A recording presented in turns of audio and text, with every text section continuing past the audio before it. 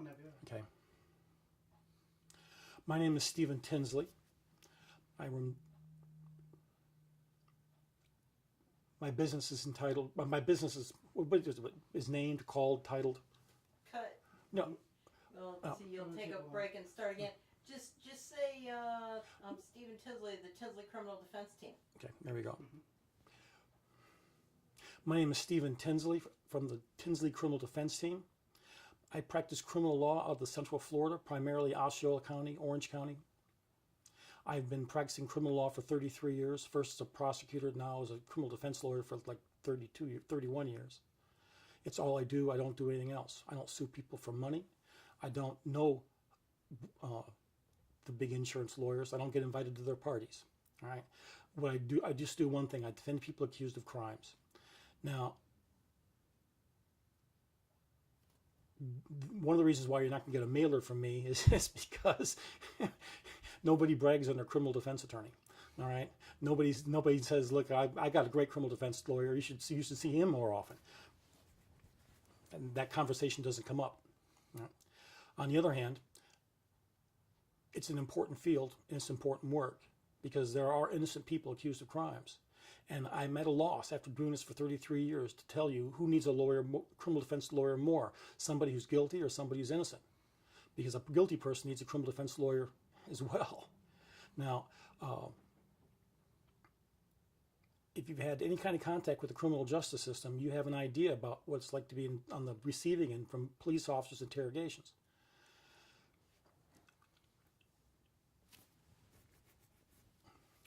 We all know that we have a right to remain silent.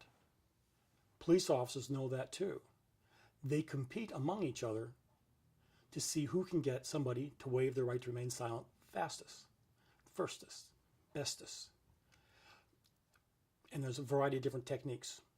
They may read somebody their rights, then turn on and ask them a question in such a strong authoritarian voice, the person thinks, oh, the rules have changed, and then they spill their guts. There's actually two rights.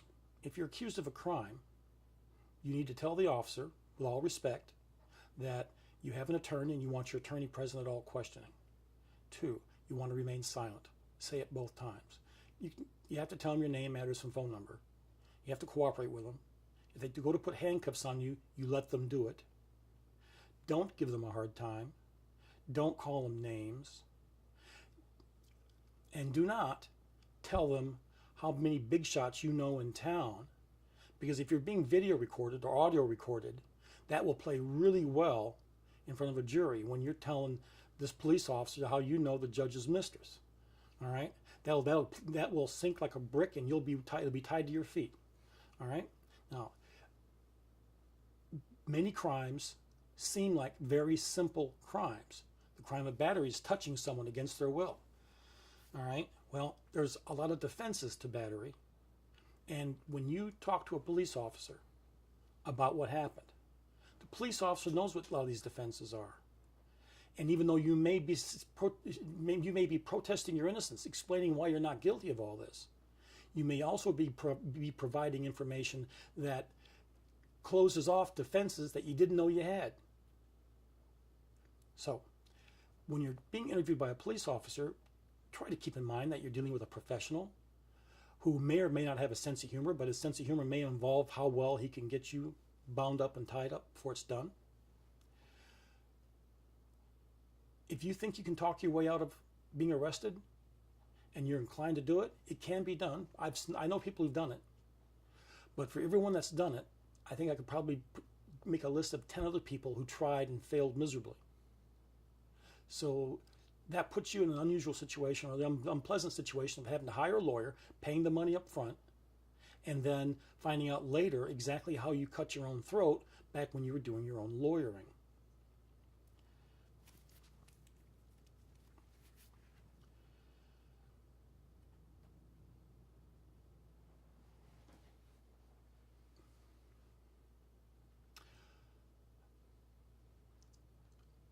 I am the president of the Tinsley Criminal Defense Team. Don't get into a car after having a single drop of alcohol club. It's not a crime to drive a car after consuming alcohol. It's only a crime to drive a car after drinking too much alcohol, or it can turn out to be a crime when you didn't drink too much alcohol, but for some reason you looked like you did. One of the ways that a sober person can look like they've consumed too much alcohol is standing on the side of the road, touching their nose in the dark, balancing on one foot while cars are driving by, and 3 police officers are within harm's reach, and they don't appear to have any sense of humor at all. Now, whether you do field sobriety exercises or not, it's your decision. You can't be forced to do them. You may want to do them, or you may not want to do them.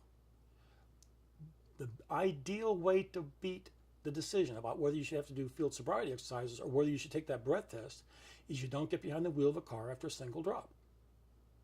You haven't had a bad day. You don't know the feeling you'll have in your gut when you walk around the front of your car and see little arms and legs sticking out. That's a bad day. All right? So it's real easy. If you're going to be drinking away from home, you got to have a ride home by somebody who's sober. If you don't have a ride home, then you don't drink, or you stay where you're drinking. That's it. That's how you do it. Now,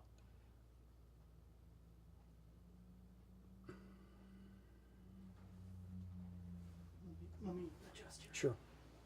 Sorry. Oh, Okay.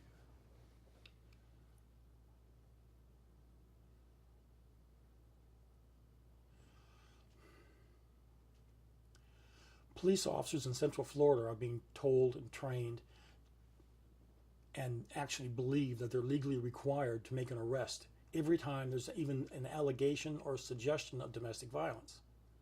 Now, I believe that's illegal. Police officers are supposed to be making a determination about probable cause, whether somebody committed a crime, based on the evidence that they saw at the scene, not some rule that an administrator has told them you shall make an arrest in every case. But because of the political natures of domestic violence and the amount of, frankly, public firepower behind it, police officers are very, very strongly encouraged to make an arrest in every case. The plan was that as a society, we are going to reduce domestic violence, and we're going to do it by using the criminal justice system. Now, why 2 people who love each other would say things like we've heard, would stay married is one question. But if you're in a domestic situation with your roommate, your wife, your girlfriends, your boyfriends, whatever significant other you have, or even anybody who just lives in your house with you, when voices start going up, you need to be thinking where you're going to go and how you're going to be leaving real soon. All right? Extricate yourself from the situation. Other people raising their voices can cause an incident which will get you arrested because the police officer believes he has to make an arrest in every case, and it turns out the other person has the one that has the marks on him, even though the other one may have been the aggressor. So, the best way to avoid a domestic violence situation is to get out of Dodge before the situation. And then re-examine exactly what your relationship is with this person, because if you find yourself having domestic incidents like this repeatedly, something's clearly wrong. And hiring a criminal defense lawyer is like taking really good money and pouring it down a black hole. All right? If you are able to hire your lawyer and pay your lawyer, and if you win at the end of the day, you walk away and nobody gives you you don't even get an apology. The jury says you're not guilty, and the prosecutor gets up and walks out of the courtroom thinking he's done a good job. It was a fair trial, he failed to prevail. All right? You have just poured out a lot of money, and you may have aged 3 or 4 years sitting next to this lawyer during the course of a 1 or 2 day trial. You can avoid all that by getting out of Dodge before the situation arises. You should be thinking in those terms. When you hear voices going up, you should be thinking about how you can get you and your family out of there. Now, I've been doing this for 33 years. I've been practicing criminal law. I've been practicing criminal law for 33 years. A reoccurring issue that I have with juveniles are teenage boys who for some reason have convinced themselves that they need to carry a gun. And the first thing they do is they stick it in their waistband and aim it at their genitals. These are not the sharpest tools in the shed. If your children need to know that if they find themselves in a car with some other juvenile who has a firearm, they need to get out of the car. And you may that your child may discover the driver doesn't want to get out of the car because one of the passengers is a weakling. I think they'd probably phrase it differently. And refuse to pull over. But knowing that there's somebody with a gun in the car who doesn't know how to handle the gun and whose first response is to put it in their waistband aimed at their genitals, this guy should solve all of his problems and take himself out of the gene pool, but by just that action alone. The problem is, however, is that the guy with the gun never shoots himself in the genitals. He always cuts the spine of the person that's sitting in front of him in the front seat. And if your children are in that car, they need to be able to get themselves out. And I recommend that you tell them that you have to vomit. No driver wants somebody puking in their car. He'll pull over for that. Then your child gets out of the car and runs. If your child is there with his sister and the sister won't go, then he gets out of the car and leaves his sister behind. Get away from any teenager who thinks he needs to be carrying a gun. One, he almost certainly doesn't need to carry a gun. Two, he will invariably say it's because he's afraid about being jumped by some dudes. The being jumped by dudes thing has been a reoccurring thing over 33 years. Two, this person's obviously not trained to handle that firearm and doesn't know what an accidental discharge is like until after the gun goes off.